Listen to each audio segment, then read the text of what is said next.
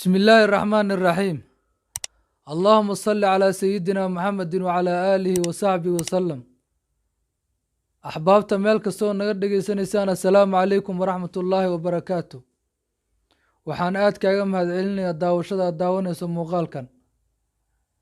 waxaan caawa idiin soo gudbinayaa oon idinla wadaagayaa qiso aad u xanuun badan, qiso aad u murugo badan, qiso qof waalidkiis jecel ay ku adkaanayso inuu muuqaalkan dhammaysto.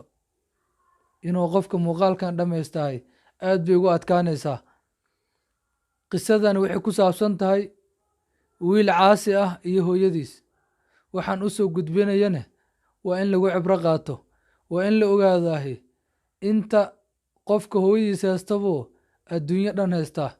haddii mar hooyada aad caasi ku tahay waalidkaana aadan wax faa'iido aad haysataa aysan jirin. musiibooyinka kugu imaan karo dhan allah kaa badbaadiyey waa laga kabsan karaa, laakiin musiibada kaaga timaada dhanka hooyada kama kabsan kartid. qof kasta qof kuu bedelaha waa heli kartaa, laakiin hooyo cid kuu bedela heli maysid. maanta qisadeenna baan u gudagelaynaa insha allahu tacaala. waxaan kaa codsanayaa adigani dhegeysanayaa inaad bal damiirkaada xakamayso muuqaalkan dhammaystirato. waxa dhacda hadda ka hor muddo laga joogo 40 ilaa 45 50 sano meelahaas baa waxaa jirtay hooyo haysata wiilka aabihiina waa u geeriyooday. sababta u geeriyooday waxa ku dhacayne dhammaadka qisadan ka sheegi doonaa insha allahu tacaala. inala socda. hooyada waxay la-eed yacni hal il bay la-eed, hal il basi wax ku arki jirtoon ash ahayn. wiilkeedana ayada unbaa wax walba u aheedo, hooyi aabii walaal iyo wax walba ayadaa u aheyd. markay amuurihiisi ay iskuulka u baahan yahi o dhan u hagaajisane subaxii inta wadda iskuulka geen jirtay. hooyadaabaa inta wadda canuga bay iskuulka geen jirtay. laakiin dadkii magaaladii markay arkaan mararba hooyadana canugan wadaa, canuga intay la hadlaan waxay leeyihiin warduqdan ishala maxay ku tahay, warduqdan ileyda maxay ku tahay, warduqdan maxay kaa tahay, war habartan foolxumo badana, war habartan sidee tahay. canug yaroo dugsi hoose dhigana waa ogow oo berimari dhiganay. canugii aad buu u dhibsaday. dadka dhanba inay hooyadiis maalin walba caynayaan, inay hooyadiis daba joogaan, inaysan hooyadiis ka xishoonaynin, aad bay yani canugii yani u caynayaan. marka canugii marka wuxuu dhibsaday inay hooyadan iskuulka u wado si aysan dadka u cayin, si dadka u cayin. hooyadii foosh xumeed baa ku dhashay, islaantaas baa ku dhashay. subxaan allah. markii canugii berimari iyo dugsigii hoose dugsigii dhexe buu canugii marka intaasoo dhan wiilkii soo dhiganayay iskuulka. ayada un baan wax walba u aheedo hooyo iyo aabe iyo canuga inaan la tabin inuu agoon yahay inaan la tabin bay ka taxadari jirtay. hooyada maskiinta ah waxay kusii tiiri tacab beelaysahay waa inuu canugeeda meel fiican tago, waa inuu canugeeda wax fiican noqdo, inuu dadka u sareeyo, inuu wax walba asiga helo bay u soo dadaalaysaa, u dhimanaysaa. laakiin canuganahi meel kale bay ugu caddahay. war dadka waxay kugu caynayaan hooyadaabaa foolxun, dadka waxay kugu dhaafi lahayn hooyadaabaa foolxun. xalka keliya haysataahi waa inaad ka tagtaahi magaaladatan, waa ina aado magaalo aysan jirin cid taqaano, maamadan hooyadan cid taqaano aysan jirin. maxaa hadhow lagugu caynaya markii sheeg. haddaaba magaaladan ka tagtid oo magaalo kala tagtid oon duqdan la aqoonin yaa ku caynayo. soo firi ma noqonaysid, soo xor noqon maysid. canjalkaas baa canugii shata. marka maalin maalmaha ka mid ah buu hooyadii u imaada wuxuu yidhi hooyo dhegeyso, aniga runta baan kuu sheega hooyo waa ku nacay, araggaadana ma rabi, dadkii waa igu kaacaayeen inaan banaankaas kaa maraa rabo aniga. si aan baliicayo inuu ammaan u helo waa inaan banaankaas kaa marahay. hooyo waxay tiri se ana hooyadaa ma ihi, soo aniga kuma jeceli, soo aniga kuma soo korin, see wax kaa yihiin. markaasuu yidhi hooyo waxaasi ka bax, waxaas ka baxo yidhi aniga aad baan kuu nacay, waa ku kala haystay, araggaada iga soo booday, foolxumadaada iga soo booday. waana uu ka dhuntay. dugsigii sare u dhameeyey, ilaa meel kale buu aaday, jaamacad lagu khasaaray buu galay. jaamacaddii buu dhameeyey, wuu iska guursaday, canug maa u dhashay. intaasoo sanane hooyadiis oo keligeed ahayd, oon waxba haysanin, oon garab haysanin, oo ilmo kale haysanin. hooye see tahayna ma dhihin, see wax kaa yihiinna ma dhihin, garab ma u baahan tahayna ma dhihin ee waabuu iloobay. marna wuxuu is yidhi haddaadba foolxumadeedii ka soo tagtayne hadda ayaan joogtaa, haddaa farxad kuu bilaabatay, haddaa nolol cusub kuu bilaabatay, adigii xaaskaagii caruurtaadane nolol wanaagsan oo farxad leh oo islaantaasi bannaanka ay ka joogtaa ku noolaada. maxaa lagu caynaya yaa allah. hooyadii ayadane ma nasanin oo habeenna ma harsanin, hurdo macaana kama soo dhicin, waayo cunugeedii baa maqanin raadis bay u gashay. sida haddeertaanna communicationka xiriirka jirana ma jirin. markaasaa muddo laga joogo 15 sano bay hooyadii iyo canugeedii is arkin. intaasna hooyadii waxay raadinaysaa, canugeedii bay raadinaysaa inay wiilkeedii aragto. muxuu ku dambeeyey? xaalkiisa sidee buu noqday? miyuu nool yahay? miyuu dhintay? hadduu nool yahayse farxad maku nool yahay? wax fiican ma haystaa? caafimaadkiisa ka waran? hooyadii halkaas bay uga muuqataa. canugeedna soo maaha ee inkaaranne asina waxaa niyadda uga jirtaay xaaskaada iyo caruurtaada iyo waxaadoo dhanba si deganaan oo tartiib u noolaada oo hooyadaasi beri ka tahay. muddo markii la joogo oo 15 sano kasoo wareegatay baa marka magaaladii hooyadii timid. dadkii bay wareysatay, wiil noocaas oo kale ah oo saan isaan ha waa naqaanaa, meel hebla buu degan yahay, waa loo tilmaamay. hooyada aad bay u farxday, maxaa yeele wiilkeedii baa arkaysaa. wiilkeedii oo 15 sano ka badan aysan arkin bay maanta la kulmaysaa. aad bay u faraxsan tahay.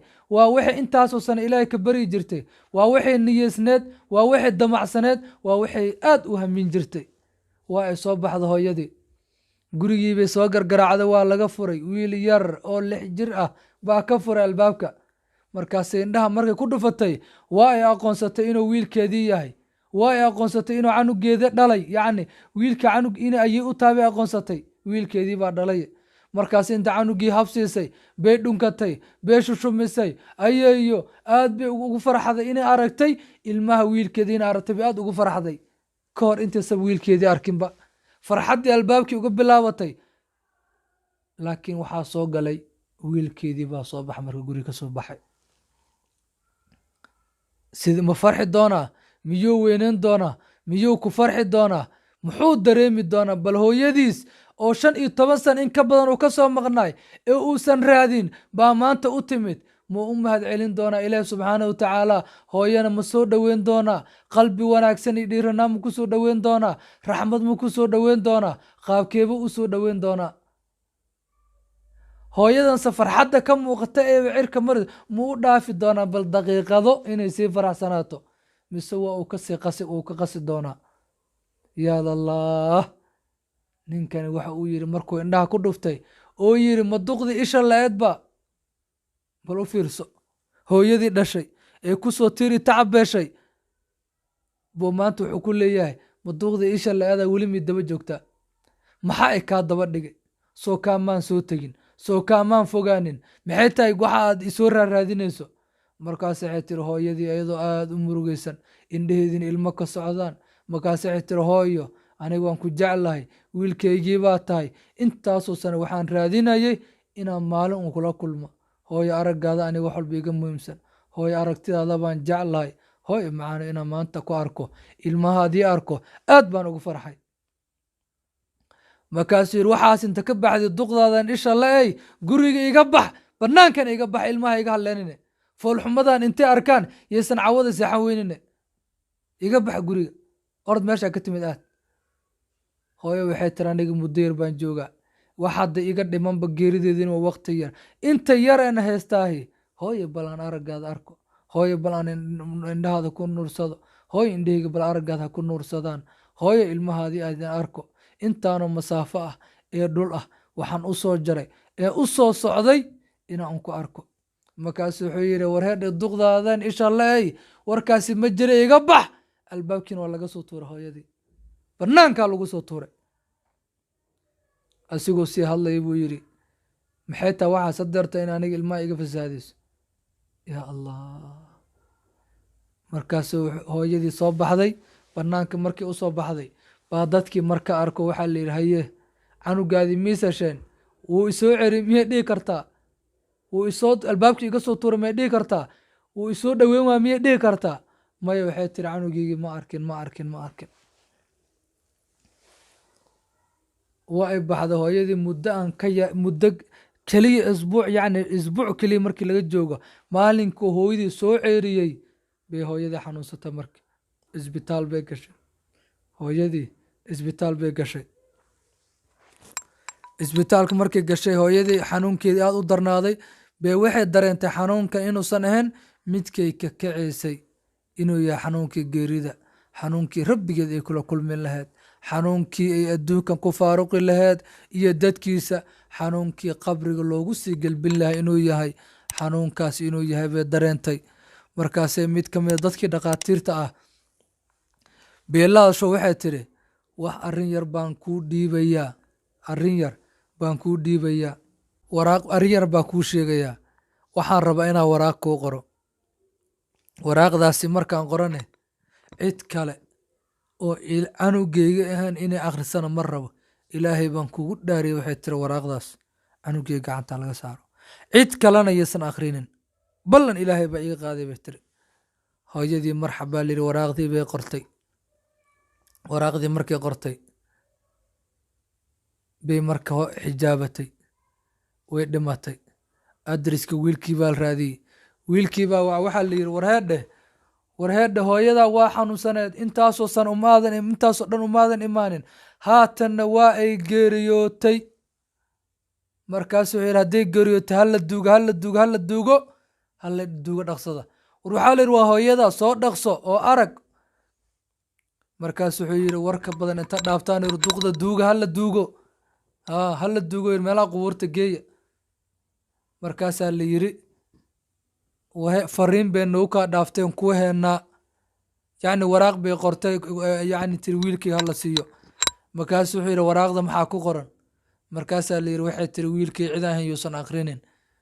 markaasuu ninkii wuxuu is yidhi malaha maamada waxay kaaga dhintay hanti, malaha baabuur bay kaaga dhimatay, xoolo bay kaaga dhimatay, dhul bay kaaga dhimatay. halkaasi buu xisaabtiisii la aaday. waa uu soo baxay. markuu soo baxay maalmo kadib markii geerida hooyadiis la duugay baa yimaada meeshii, waraaqdii baa loo dhiibay.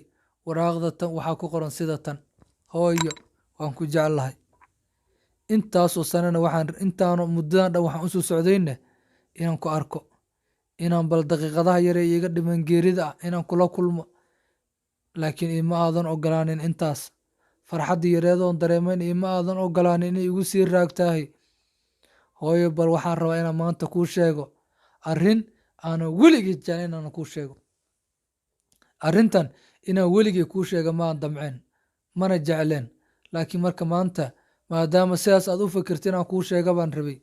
arrintanna waxay tahay, anigii adiga aabbaha baa maalin gaari saarneen, shil baan galnay, aabbaha meesha buu ku xijaabtay, wuu ku geeriyooday, anigii adiga baa soo harnay. adigana xilligaasi 1 sano xataa maadan gaarin, 6 bil 8 bil meelahaas baa jirtay. hooyo waxay tiri waxaan kuu noqday wax walbaa, waxaan isku dayay inaan aniga kafaalo qaado, inaan la dhihin wiilkii agoonka ahay, inaan la dhihin kiisaan ahay. markaasaan hooyo anuu maalmaha ka mida cuud baad ku dhelaysa bay tiri oo shidan, cuudkii adigoo saan u hayo baad isha iiga mudday bay tiri, ishan hadda iga maqan baad iiga mudday. ishii markii aad cuudkii iiga muddayne meeshaas baa ishii ku beelay. inaan ilaa-aan ahaado intaana cimri aan kusoo gaarin adig unbaa sabab u ahayd, inaan intaas kuu sheego bay ahayd, waana kuu sheegay. ishaan maqanne adi unbaa sabab u ahayd, intaas keliya ogow. markaasi buu ooyin iyo baroorasho bilaabay. markaasuu ka qoomameeyey, laakiin qooma maxay tegi kartaa? wixii dhici lahay dhaceen, wuxuu dhihi lahay dhahay.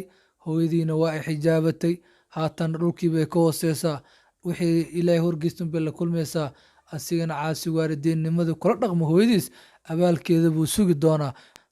yacni nebigu wuxuu yihi calayhi salaatu wasalaam, yacni dunuubta qaar baa la soo dedejiyaa qofka, yacni adduunkana waa lagu ciqaabaa ka hor ciqaabta aakhira.